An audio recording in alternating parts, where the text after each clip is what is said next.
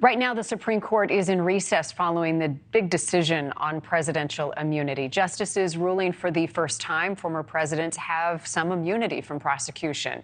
So what does that mean? Well, for starters, the election subversion trial against former President Trump will likely be delayed until after the November election.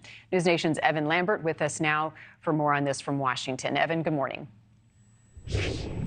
Marty, what we expect to happen next is that after this ruling on presidential immunity from the Supreme Court, the case that you just mentioned will go back to the trial court here in D.C. That judge, Judge Tanya Chutkan, will have to look at the facts and the indictment and decide which acts are official acts and which are not official acts and which charges can go forward. We understand from a legal source on the Trump team that they do not expect this to go to trial anytime soon, especially not before the November election. That does not seem possible at all. If it does continue, the source says they do believe that this would end back up with the Supreme Court on any points that the judge does allow to proceed if that happens. Marnie?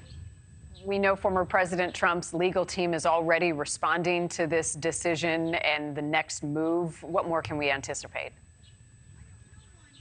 They are, and we just got an update. The AP reporting his lawyers had asked in a letter which we've obtained to delay the sentencing in the hush money trial, also to overturn those convictions based on the Supreme Court's ruling. The AP is reporting that prosecutors will not oppose the delay of his sentencing. So we expect then that sentencing that I believe was scheduled for July 11th will then be postponed because they will not oppose it. That is some new reporting today. But in that letter that News Nation obtained, as I just mentioned, his legal team had asked for that delay in his sentencing as a result of this ruling, but also said that the convictions should be overturned. I want to read a little bit of that, the letter that we obtained from Trump's legal team. It says, quote, "The verdicts in this case violate the presidential immunity doctrine and create grave risks of an executive branch that cannibalizes itself. It will be manifest that the trial result cannot stand." Also, Marnie, something to watch for in light of this ruling. After this ruling, you have Democratic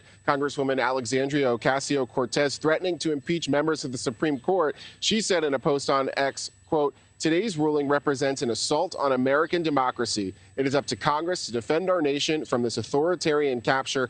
I intend on filing articles of impeachment upon our return." As for this election subversion case and when it makes its way back to the docket of Judge Chutkan here in Washington, D.C., that timeline is unclear.